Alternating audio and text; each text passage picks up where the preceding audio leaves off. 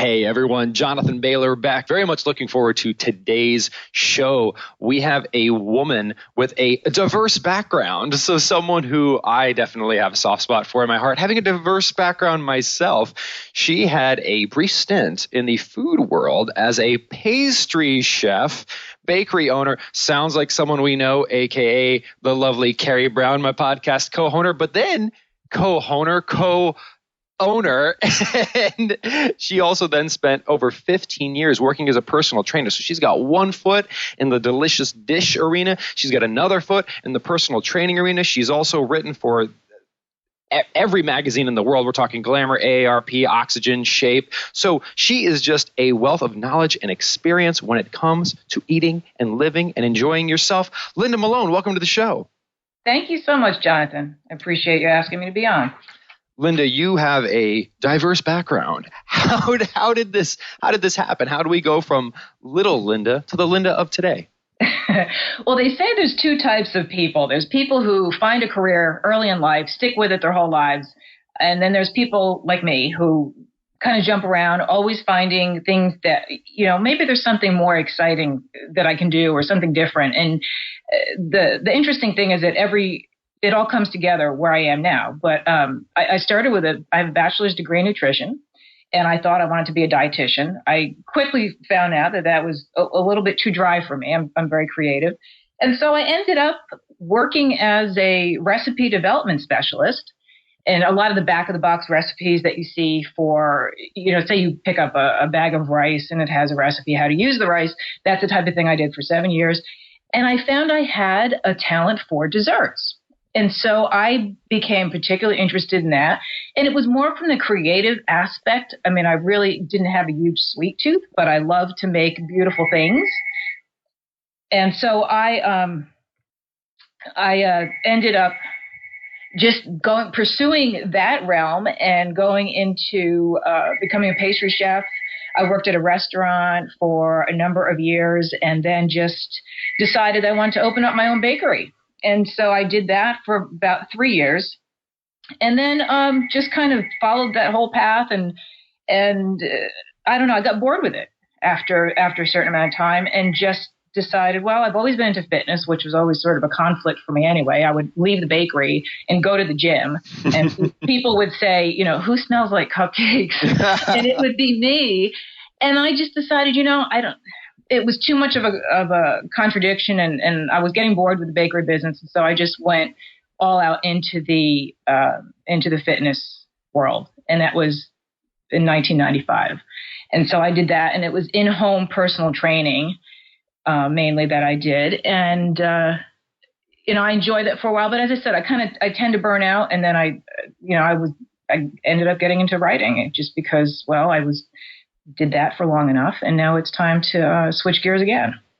You mentioned one of the things that you enjoyed about baking and your dapples in cooking was the creativity involved. And one of the things I can empathize with that, because I like being creative too, especially with cooking. And I'm curious if you've seen that it is, for example, in poetry, like there are, when we place constraints upon ourselves, like you want to write a haiku, that sometimes can actually make you more creative rather than less. So the existence of constraints can actually prompt creativity. Sometimes when people try to live a healthy lifestyle, they see it as a set of constraints, and then maybe they can't be as creative in the kitchen. But it seems that if you have a set of constraints, that might even encourage creativity in the kitchen. Is that a stretch? What do you think about that? I guess it could be that way. Maybe just, because I tend to, I focus on healthy recipes and healthy cooking myself.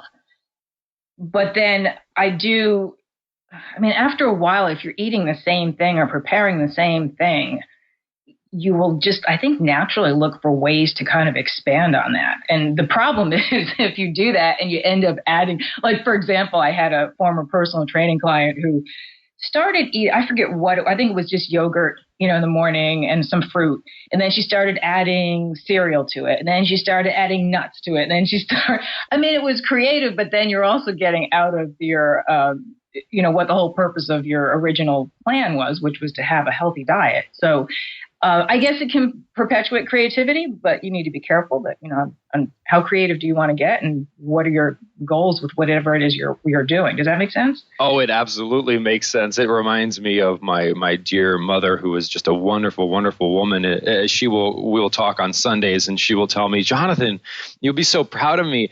I had a vegetable smoothie, which is something that I'm a big fan of. I'm like, oh, Mom, that's great. What was in your vegetable smoothie? She's like, well, I had some ice cream. And then she's like, I put 3 leaves of spinach in it. So there you go. Right. So that counts. Oh, I love it. Well, and Linda, one area that you differentiate yourself is you tend to focus on working with individuals who have spent a bit more time on this earth. Can you tell us a little bit more about that, why you're interested in that, and how you customize your approach based upon that? Well, it's interesting because I started doing personal training when I was in my 30s, and I found that a lot of people who would sign up to work with me did so when they hit the age of 50. That seemed to be the point, as one of my former clients said. I realized I had more years behind me than I had in front of me, and it was sort of a wake-up call. And so people, particularly women, would decide that, the kids are now out of the house. It's me time. So I was finding more and more people, particularly women, who would start working out with me at that age. And then I would hear all the very similar complaints. I can't seem to lose this weight. And a lot of frustration as to, getting in shape at that age and getting into the whole routine of working out. And it made me think, well, what happens? Is this something that naturally happens? Am I going to gain weight when I hit 50 or menopause? And so I've sort of been my own guinea pig. And now that I'm 54 and I've been there, done that kind of thing, it makes me realize that there are some things you cannot control, but there's a lot that you can. And that's what brought me to where I am now, which is helping women in particular over 50, especially menopausal women, get in shape and lose weight after this age when it is a little harder. I appreciate that message, Linda. I hate to keep busting my parents out here. They just visited for 2 weeks. So I've had many experiences with them. They're delightful people. And one of the things, so my parents, they're talking about, we're older, so we can't do this, that, and the other thing. And then we sat down at dinner and I said, Mom and Dad, if I recall, the Secretary of State is your age and many presidents are your age. And this idea that just because an individual is over 50, that they're somehow on the downswing, it actually seems like the opposite might be true. It seems like when the most powerful and most robust and influential people in the world are those who have crested the 50-year mark. I agree. I think there's been studies that even show people are happier.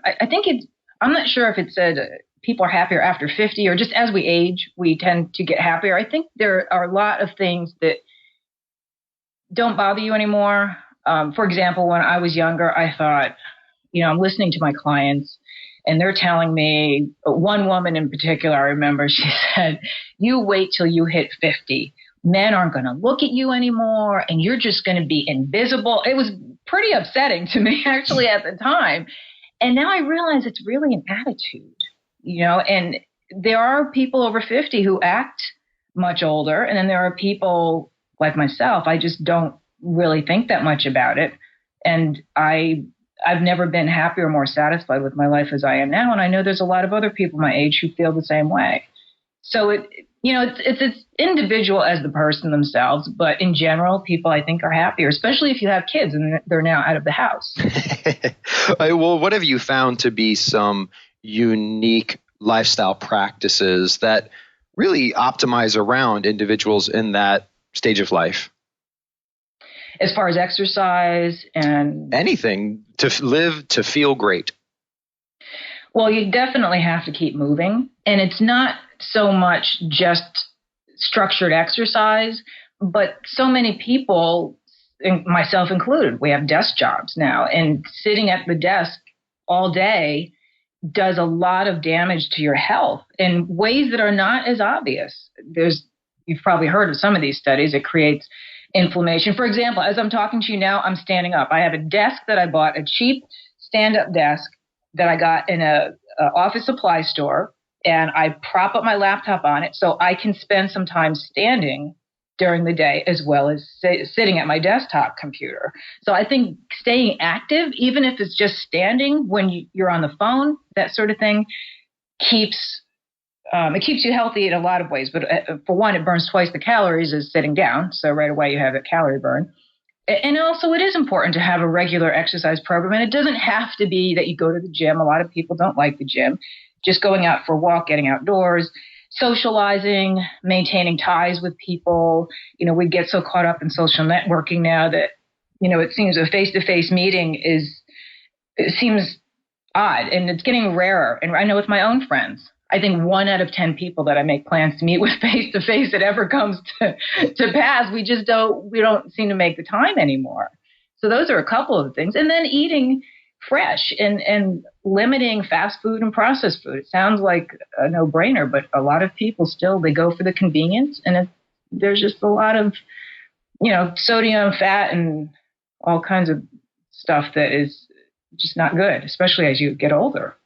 Linda, you mentioned the importance of staying active, and have you found there's staying active, meaning walking, standing, taking stairs, things I might define as just being a person. Like I believe people, we have legs for a reason.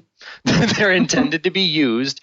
And conflating that with exercise. The reason I make that point is there's been amazing studies done in terms of, for example, resistance training, changing the molecular signatures in our body such that it reduces age. Like it's literally reducing age at a cellular level. But I see a lot of people who they're like, I walked around today, therefore I exercised. So it's this conflation of activity with exercise, where I often define exercise as something you do very intentionally and is actually unnatural. Like it's unnatural to do resistance exercise, or it's unnatural to go ride a bike with the intention of exerting yourself physically versus the intention of just enjoying the fresh air. They're both important, but do you see people sometimes conflating the two? So in other words, it sounds like it's not as much fun. Like that would just because, or it doesn't. I mean, you do have to make it your intention to get up and move around and to exercise. And maybe you don't want to call it exercise. I mean, that's one of the tips that you hear about for kids, especially, that as soon as you call it exercise, it becomes work. And I think maybe what you're saying is you need to find a way to enjoy what you're doing, because that's definitely important, or find a different reason to do it other than, hey, I want to, I'm going to go to the gym and lift weights, because that as a means to an end maybe isn't enough for people. Is that what you no, I just think it's a fascinating distinction. I think the importance of, again, back to my mother, who's a very wise woman. Certainly we're all about having fun and enjoying ourselves here. But she mentioned to me, not everything in life is supposed to be fun. And having heart disease is certainly not fun. Being diabetic is not fun. Being overweight or obese is not fun. And if everything we do with our body, if we only do things with our body that are fun, it seems we might be shortchanging ourselves. Or, for example, if anyone who knows how to play the piano, when they first started playing the piano, it probably wasn't fun. But then it might be their passion because they overcame that hurdle. And I'm just curious, because you have so much time with the mainstream media, of this idea of it has to be fun immediately. Do you think that might make some people stop physical activity at the point beyond just like walking around? Because once you get past just walking around, it's not fun anymore. Right. No, I hear what you're saying, and I do agree with you. I think that it's not always fun. I get up at 4 a.m. so that I can get to the gym by 5 because, for one, I'm crazy, but for two, because most of my editors are on the East Coast, so I try to get up early, and it's not fun. I don't like when the alarm goes off, but I have found that I feel better. There are other benefits besides the fun, but part of it is that people who work out that early develop a camaraderie And I look forward to seeing friends of mine at the gym, and they always give me grief if I miss a day or something. So it's not that I look forward to the fun, but I've found other things that I enjoy about it. So I think that if you, and initially, as you said, you may have to kind of force yourself to do it. But once you start seeing and feeling the benefits of it, of the exercise or whatever it is that you decide to do, and you change it around enough where it doesn't get boring or you get into a rut, you can keep going. I think it's an individual thing, though. At some point it does take self-discipline, and at some point it has to come from within you to keep going. And that's one thing, when I did personal training, I would often have people around holidays, they would buy gift certificates of sessions with me for a spouse that never worked out. I can't remember anyone, and this happened, and it would amaze me how people would just waste all this money. And they would buy a few sessions with me, and I would never hear from the person who received the gift certificate. Very rarely. You can't force somebody to exercise if they don't want to, is my point. But you can sort of, show an example, or there has to be something in it that enables you to enjoy it on some level. Maybe it's not fun, but maybe it's a social aspect. And Linda, are you encouraged? One of the things that I found to be most encouraging and funny. So I don't like exercise. I hate exercising. I do not enjoy exercising. I like to sit behind my desk. I like to read. I like to work on the computer. Like total geek. I'm happiest behind a desk. And I get so encouraged by a lot of the research around interval training and low impact, so anyone can do at any age, and especially resistance training, which is especially doable at any age, given that it is no impact, and how oftentimes people don't want to exercise because walking on the treadmill for an hour is boring, and it's an hour of exercise, like 5 days a week. That's a lot. But doing things like at-home isometric training or at-home resistance training can take 10 minutes, maybe twice a week, maybe 3 times a week. We can do anything for 10 minutes a couple times a week. What do you think? I have mixed feelings about those studies. I think they're effective, but the studies that I've seen talk about intense workouts, like they call it HIIT, high intensity interval training. Mm-hmm. And I mean, the intensity level varies depending on your fitness level. So in other words, on a scale of 1 to 10, what you perceive as an 8 is different than what I perceive as an 8, that type of thing. But for someone who's just starting out, it's a lot, and I don't know that it's safe. At least some of the things that I have read, you really have to be sort of fit to start a program like that. If it's enough to get someone started, I say, hey, anything that gets people going is great. But I think that it's sort of like taking medicine where, if you're on blood pressure meds or you're on medication for some other health issue, and you take it a couple of times a week, how much is that really going to help you? At some point, you need to realize that even if it's not, okay, I'm going to the gym today, or I'm doing, I'm running around the track or being on the treadmill, just change it up every day. I guess my point is that if a couple times a week works for you and that program works for you, that's great. But in the end, I think that, you need to do something in between those workouts too. And do you think that's the staying active? Like there's a baseline of activity. Like you always need to be moving. If you're not moving, that's bad. So you're moving. And then I love what you said about the high intensity interval training. Like that's something you might not just want to jump into. But what are your thoughts on resistance training? Because especially with osteoporosis and increasing bone density and like resistance training, and especially if we do it intensely, we become sore. We can't do it as frequently because we're already sore. But isn't that a good thing? Well, it's a good thing, but it depends on the soreness. Is it normal soreness, or is it because you did something, too much? I mean, I'm a huge proponent of resistance training. I've worked out. I am a gym rat. I mean, I love the gym. So that's my thing. And I have worked out in gyms for over 31 years. And so I do it a couple times a week. I think it's you have to start out. I strongly recommend that you hire somebody or at least have some sort of guidance to get you on a program, because the biggest mistake people make is they wing it. They'll go to the gym or they'll take advice from their friends who are not qualified trainers, and just sort of jump into a program without rhyme or reason. And that's how you get hurt. Mm-hmm. So you want to start out with some sort of guidance to give you a basis and a foundation. And it takes a couple of weeks before your nervous system adapts. And until that happens, you're going to feel sore. There's just a lot of chemical and biochemical changes that happen. Your muscles are saying, hey, what the heck? What's going on here? And so after you get past that point, that you really shouldn't be sore with every workout, and unless you do something different or way above and beyond what you've been doing. It's not something that, I'm not sore unless I do something new. Mm. And if, so it's not something that you should expect every time. And it shouldn't be what keeps you away from resistance training, because it's an important part of a workout, an overall health program.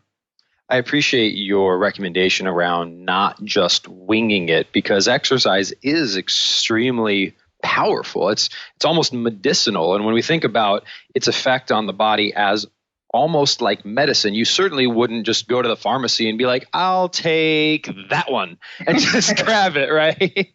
Exactly. Well, Linda, what are some tips you think for individuals who are topping the 50 plus age range and are finding it hard to stay active and finding it hard to intentionally exercise? So going one step above just walking around and actually doing deliberate, planned, guided at some point exercise. How can they get started? I strongly recommend finding a group that, like, there are walking groups, there are biking groups, there are for seniors. Well, I hate using the term seniors because I'm over 50, but I don't consider myself a senior. But for people in your age group, and this could actually be for any age group, if you find like-minded people, there's just so many studies that show you're more likely to stick with it. So that's one thing I'd recommend. You want to start out slow. And, a lot of people have the mindset of all or nothing. Okay, either I'm doing the high intensity interval, or I'm just not doing anything. And that's a guaranteed scenario for injury and for not being able to stick with something.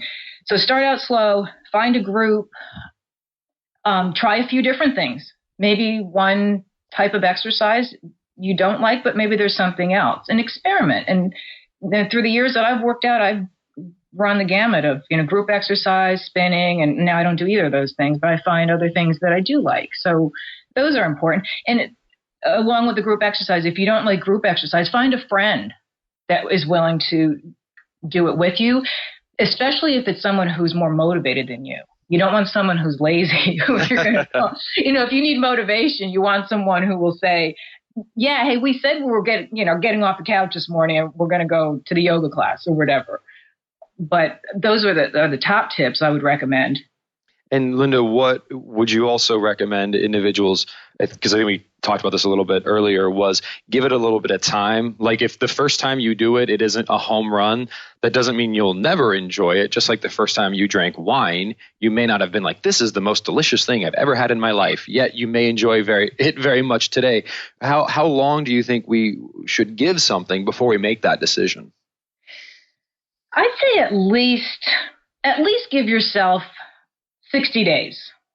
And maybe that seems like a lot. 30 days, maybe.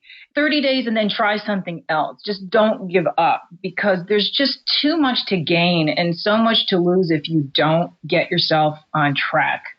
And there's just so much beyond the health implications. You'll feel better. There's studies that show your memory is sharper. You're sharper with, your memory and now I'm losing my memory. I'm talking about memory and now I forgot what. But brain activity, yeah. And it sharpens everything, from mentally to the physical, and there's just so much to it. It's a lifestyle. It's not just going out and doing something. It's the way you live your whole life. It is literally like bathing your soul. It is literally going to improve just about every aspect of your life. And there's very few things which are that powerful. So it's pretty exciting, I think. Exactly. Well, Linda, what's next for you?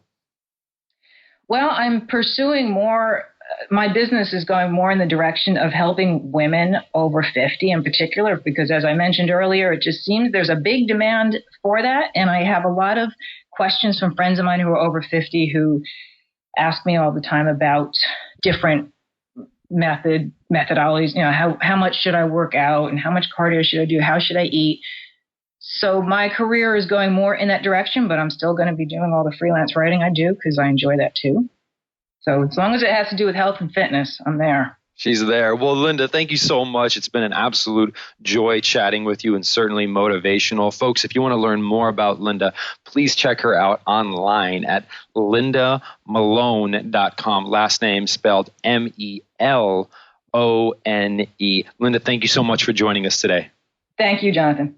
Listeners, I hope you enjoyed today's show as much as I did. And please remember, this week and every week after, eat smarter, exercise smarter, and live better. Chat with you soon.